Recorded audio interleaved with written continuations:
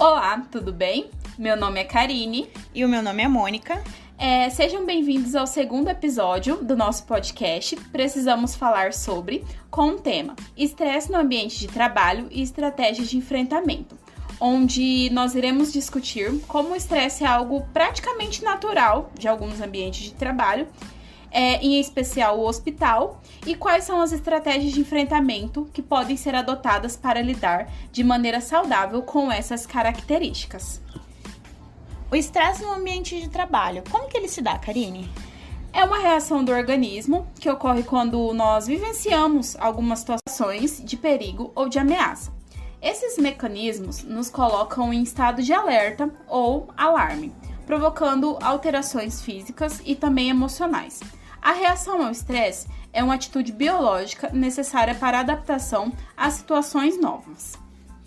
E como que elas se apresentam? Bom, pode se apresentar de duas maneiras. O agudo, onde é mais intenso e curto, sendo causado normalmente por situações traumáticas, mas que são passageiras, como o luto na morte de um parente. E o crônico, que afeta a maioria das pessoas, sendo constantes no dia a dia, mas de uma forma mais suave um pouco. E quais são as características desses eventos? A caracterização do estresse depende da percepção do indivíduo em avaliar os processos como estressores. Porque talvez um evento que para mim seja estressante, para outra pessoa pode não ser. Portanto, o cognitivo tem papel importante no processo que ocorre entre os estímulos potenciais. Então, assim, compreendemos que um só evento pode causar um estado de estresse em um indivíduo e no outro não. Então causa nenhum tipo de reação nesses casos. Para contextualizar, o termo estressor ocupacional designa estímulos que são gerados no ambiente de trabalho e tem tanto consequências físicas como psicológicas negativas para o maior número de indivíduos expostos a eles. Sendo assim, se um evento estressa somente uma pessoa, esse evento ele não vai funcionar como um estressor ocupacional. Para que ele seja um estressor ocupacional, ele tem que afetar mais de uma pessoa. Então, tem que ter um número maior. Por exemplo, mais da metade das pessoas que estão ali naquele ambiente. Entendi. E o que pode ser esses estressores? Pode ser as condições de insalubridade, a jornada e ritmo do trabalho, os riscos, a saúde do trabalhador, a sobrecarga de trabalho, a introdução de novas tecnologias, natureza e conteúdo do trabalho. O estresse ocupacional afeta o indivíduo, a prestação de serviços e a qualidade deles, sendo necessário o trabalho preventivo.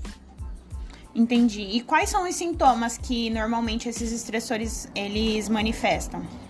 Podem ser tanto sintomas fisiológicos, como pressão sanguínea e níveis de colesterol aumentados.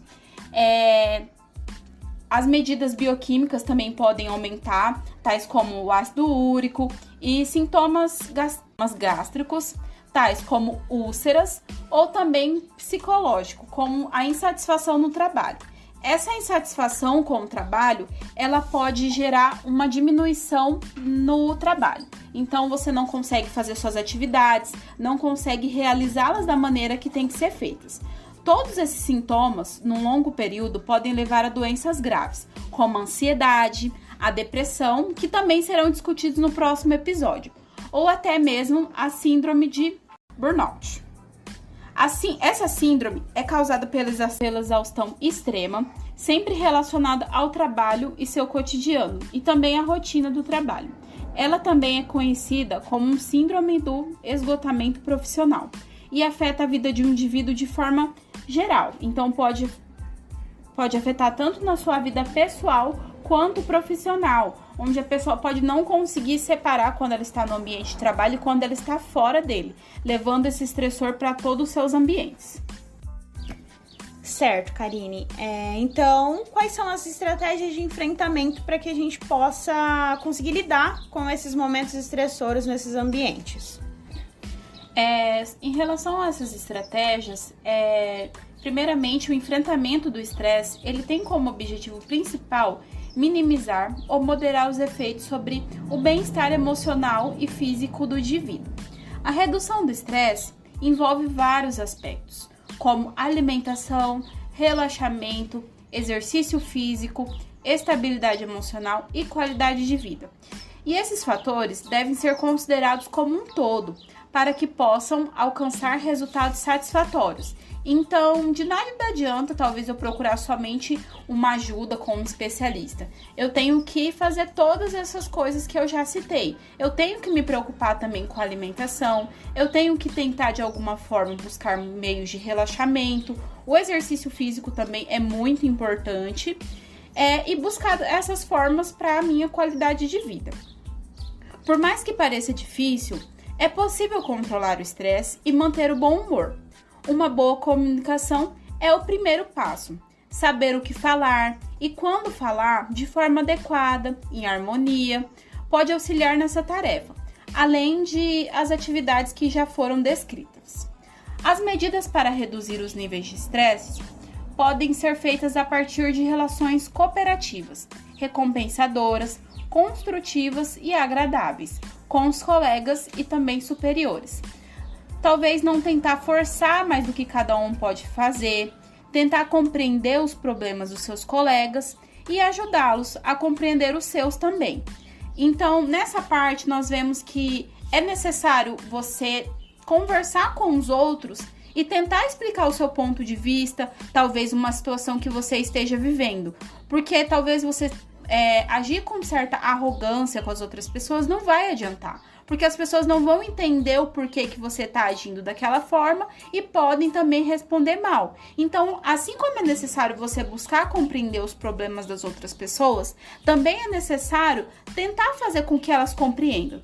Claro que em alguns casos as pessoas mesmo assim não irão compreender, mas as tentativas são necessárias para que a gente forme um ambiente de mais amizade, para que o ambiente de trabalho seja um ambiente mais harmônico. Isso a gente pode fazer essa manutenção também na nossa vida cotidiana, né, Karine? Eu acredito que seja importante também, então, levar em consideração essas estratégias de enfrentamento do estresse também na nossa vida fora do ambiente de trabalho. Junto com a nossa família ou até mesmo com amigos. Isso também ajudaria a gente a reconhecer esses momentos estressores em outras pessoas? Com certeza. Os eventos estressores, eles não acontecem só dentro do trabalho. Claro que aqui nós demos um foco para o trabalho, mas os eventos estressores podem estar em qualquer local. Então, é necessário essa comunicação ativa para que a gente possa se dar bem em todos os lugares. Também, dentro do ambiente de trabalho, é legal você tentar buscar negociar com os gestores metas para o trabalho. E também é necessário a gente encontrar um tempo para se desligar das coisas, das preocupações e relaxar. Um tempo para que você tenha um tempo de leitura, para que você dê uma caminhada em um parque, um tempo para que você tire um tempo para você. Para você se cuidar, para que a autoestima também é muito importante. Então, se cuidar é necessário para essa autoestima. Mas é claro que todas as medidas serão ainda mais eficazes com a ajuda de um profissional para que seu nível de estresse seja avaliado, né? Porque talvez seja necessário esse acompanhamento de um profissional, de um psicólogo, para que ele tente auxiliar no seu dia a dia e no seu enfrentamento ao estresse. Ótimo, Karine. Acredito que todas as informações e essa nossa conversa que ela é extremamente importante para a gente conseguir compreender o que é o estresse, o que ele causa na gente, no nosso dia a dia e o que ele faz para que a gente possa melhorar também, né? Essas estratégias de enfrentamento, elas vêm para que a gente consiga enxergar isso de uma forma bastante animadora e eu acredito que essa nossa conversa ela vai servir para que as pessoas consigam entender e consigam identificar também.